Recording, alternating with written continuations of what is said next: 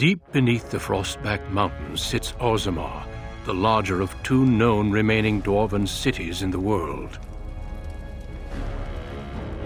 Orzammar was once the seat of a major empire connected by tunnels called Deep Roads, which stretched thousands of miles. The city now stands alone, cut off from the rest of the dwarven ancestral lands by the Darkspawn incursion. Secure in Orzammar's impregnable construction, the dwarven noble houses continue their centuries-old power struggles. Assassination and blackmail are commonplace, but the appearance of honor is paramount. You are the second child of King Endron of House Aeducan, the 9th Aeducan ruler elected by the Noble Assembly. You grew up in a world rife with political intrigue, and have struggled against brothers and cousins for honor and prestige. Today, a feast celebrates your first military commission, the opening move towards real power in the ever-changing game of dwarven politics. Greetings, my lady. You are dressed and ready. Excellent.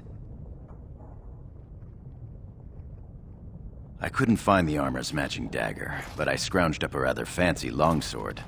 Do you wish to wear your shield to the noble's feast?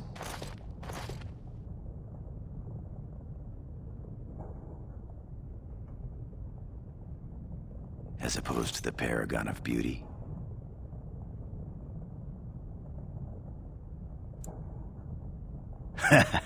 Don't you remember how this game goes? I get undressed, then one of your brothers or cousins appears and thrashes me. I'll take my chances somewhere outside the palace if you don't mind. Perhaps after the feast. Well, thoughts for later, I suppose. Moving on to the business at hand. The king expects you to make an appearance at the feast, but there's no rush. The noble family heads will spend hours boring your father with petitions and petty grievances.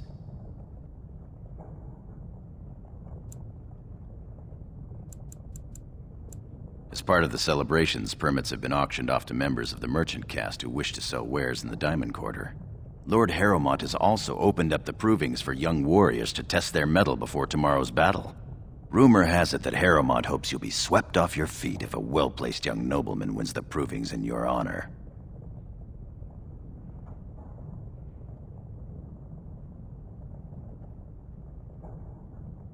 Why not? I'll just wear a sign that says "Assassinate me" before Lady Aeducan marries beneath her. Better yet, let's just enjoy the time we have before the feast. With you as always, my lady. The day is ours until the feast. Greetings, my lady. May I say you look striking today. Is this your paramour? He wears both his vambraces, unmarried and eligible. I'm flattered, ladies, but I'm not a noble. I'm a knight of the warrior caste. Warrior caste isn't bad.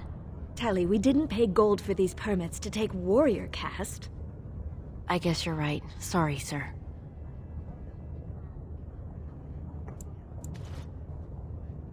They're noble hunters, my lady. Because a man takes his caste from his father, they hope to bear a noble lord's son. If a noble hunter succeeds, she is raised up to join the house as a concubine to care for her son. It brings new swords to a house, so many nobles look favorably on such women.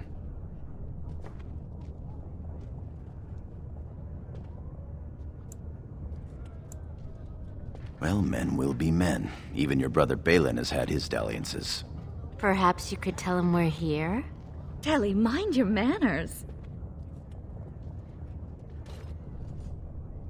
My lady is kind and generous beyond her duty.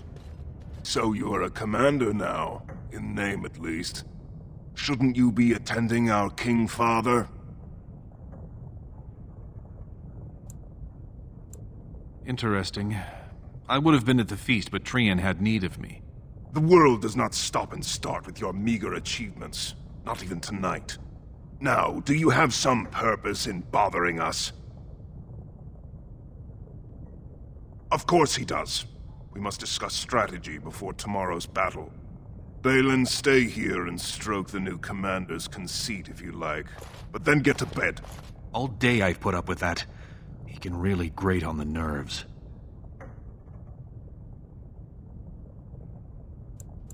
Is it also his right to secure his own power at the expense of everyone around him? Big sister, Trian is going to try to kill you.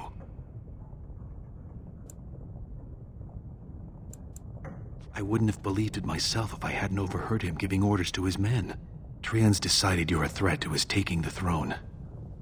Maybe he's right.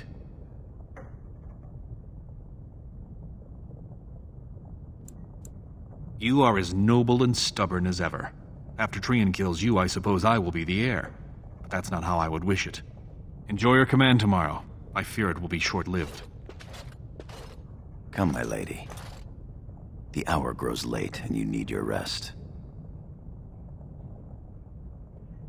That it should. May the Paragons smile down on us. By the stone, it's Trian! It must have been a darkspawn attack.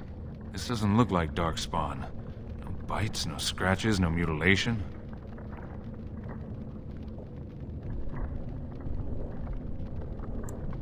Your brother? Someone's coming!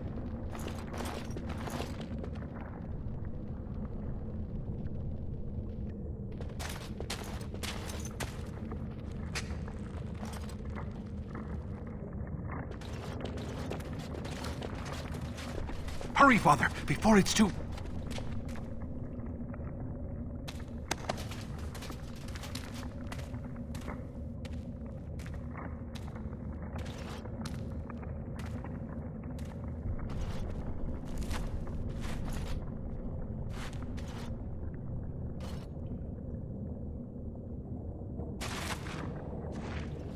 By all the ancestors, what has happened here?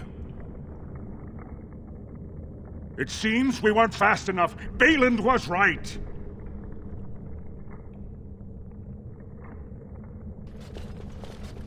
My daughter, tell me this isn't what it looks like.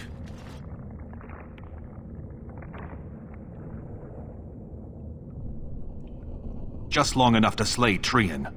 My lady is innocent. Sir Gorim, your loyalty makes you a useless witness. It falls to others to tell the story. You, Scout, what happened here? Trian and his men were here early. It seems they'd done battle with the Darkspawn. Lady Iduken came up to them, all friendly-like, but when we got close, she ordered us to attack.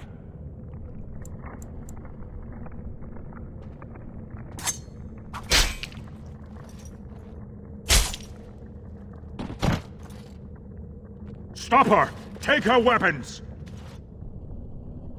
I think we've seen enough. No. If the scout were lying, I might have done much the same. I will not drag my daughter back to Orzammar in chains without hearing from Friendlin Ivo. Friendlin Ivo, you are a good and noble man. Did the scout speak the truth? He did, my lord. It was terrible. Prince Trian didn't stand a chance. You treacherous bastard! Silence, Gorim! Do you have anything else to say, my daughter? The Assembly will see through you. Everyone knows I was Trian's faithful second. Bind her. She will be judged before the Assembly. To Orzammar.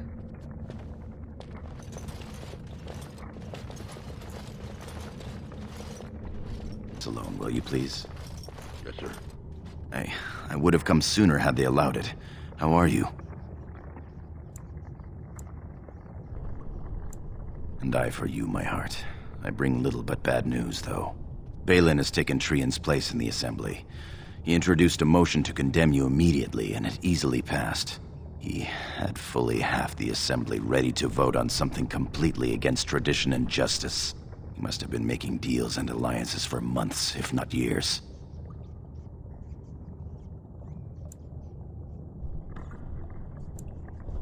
He's more clever than either of us ever thought. Some of the lords, especially Harrowmont, are suspicious of Balin's instant rise to power.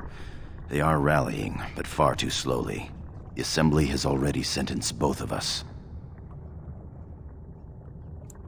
My knighthood will be stripped, my name torn from my family records. But I will be allowed to attempt some sort of life on the surface. Lord Harrowmont moved for a similar exile for you, but Balin's supporters overwhelmed him. You're to be sealed in the deep roads to fight Darkspawn until you are overwhelmed and killed. That may have been Balin's first mistake. Lord Harrowmont gave me access to see you so I could tell you this. Duncan and the Grey Wardens are still in the deep roads, in tunnels connected to those you are to be left in. If you survive long enough to find the Grey Wardens, you may be able to escape with Duncan. Our time is up. May the Paragons guide your sword and the stone hold you up. We have no time, my heart. The guards won't keep quiet about something like that. Your family will know. As you say, my dearest one. I must go now. I will always love you, my lady. They are ready for you now. From Orzammar. Dwarven crafts. Fine dwarven. My lady. My lady Iduken? Is that really you? I knew you survived. I never stopped believing it. And neither did your father. Before I left for the surface, King Endron sent for me. It was almost more than I could endure, seeing him so. As if he were long dead and rotten, and now merely an empty husk collapsing in on itself. He could not even rise from his bed, and the room stank of decay. He asked me to give you the Shield of Iduken, and this letter.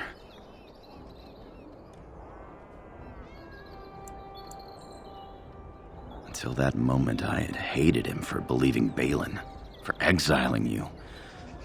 But if you had seen him, if you had heard his voice, his eyes have haunted me since. If it were possible for a man to die of regret, I think King Endron did. But we shouldn't dwell on the past. I can hardly tell you how good it is to see you alive.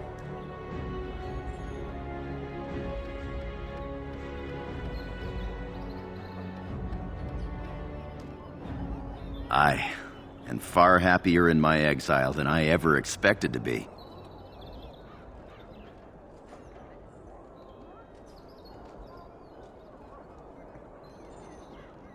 And you?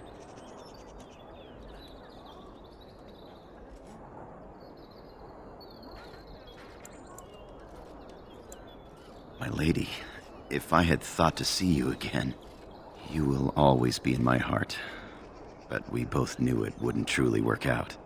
Here on the surface, I've found someone. My wife is a good woman, the daughter of the best smith in Denerim. We're expecting our firstborn before the spring.